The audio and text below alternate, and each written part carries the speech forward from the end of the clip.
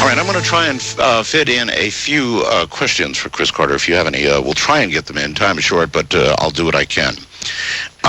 Chris, once again, you were about to tell a story about Lance when all this was beginning and the proposition was put to him. Lance, he's been an actor for some time, and he came to Millennium, and I asked him if he would not use his hands at all. That I thought Frank Black was not a salesman. He was a man of tremendous conviction, and that if he used his hands, it looked a little like he was trying to persuade people. It was one of the hardest things ever for Lance to do. That's so interesting, because when Lance and I were sitting across from each other, he said, "Don't use your hands." Though it must have been passed down. I'm curious. I'm sure you know, with the run that Millennium had, all the demographics involved, but there's something about Lance Hendrickson and women. Yeah. And I wonder if that got reflected in the demographics of the ratings. Well, I mean, we did very well in the 18 to 49. I mean, not as well as X-Files, of course. But I know my wife, if she's any indicator, was a big fan. And my wife, too. Yeah, that's why I asked. Of Terry O'Quinn, for that matter, too. Listen, both the X-Files, and this is a really serious question, and Millennium have hinted at some coming terrible something, something that is pending right around the corner at the Millennium, and I wonder, it's sort of a recurring theme, and if you believe that there's some basis to that, or if it's just serving up what you think people want to see. I'm actually one of these people who believes it's going to happen imminently anyway, in spite of the Millennium. So it's really just a product of my general pessimism and paranoia. Pessimism and paranoia. Yeah, I have those too, pessimism and paranoia, and I'm beginning to get to be pretty cynical, I've noticed, with age, too. Now, I believe, Chris, that our government knows a whole hell of a lot more than they're telling us. I believe that wholeheartedly. You do, too, huh? Did you ever have an opportunity, you probably didn't, as busy as you are, to see the Air Force's press conference, Roswell Case Closed, it was called, and they attempted, it was a couple of years ago. Yeah. Did you see that? I'm aware of it. I saw enough material from it that we actually used it, I think, as part of our mythology in the show. The press conference itself was so bad that it's like it was intended to cause people to go, what a bunch of clowns, it's true. Right. In fact, it had an amplifying effect. It absolutely did.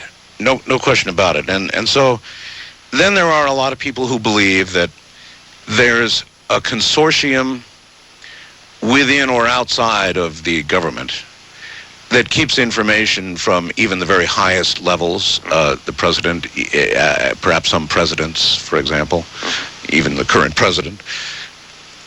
You think that could be true? I don't know. I mean, I have so little faith in people's ability to keep a secret, to execute anything flawlessly. I believe in conspiracies, but I have a sort of sneaking suspicion that conspiracies are impossible because of human nature. Well, you know, I used to believe that. But then I remember Hazel O'Leary, the Energy Secretary, stepping forward and admitting that we had fed plutonium to pregnant women and children and older people and stuff like that. Right. And that secret was held for, a lot of years. Right. Chris, a lot of years. If they could hold something like that, then one has to imagine they could hold something like E.T. presence. You know, I believe you're right, but in this day and age of media saturation and the loss of privacy, I think it's harder and harder. Were you the one did you originally conceive yourself of the X-Files? Was there help? Was it presented to you? How did it come to be? It was me. It was you. I was a big fan of this show, Kolchak the Night Stalker, when I was a kid, and I had, subsequently come to Hollywood, and because I had some kind of ability to write young, contemporary adult characters, I sort of spent the first few years doing that. And I remember pitching to Brandon Tartikoff an idea about, that came from Kolchak the Night Stalker, a scary show. I said, there's nothing scary on television. And Brandon listened to me and paid no attention.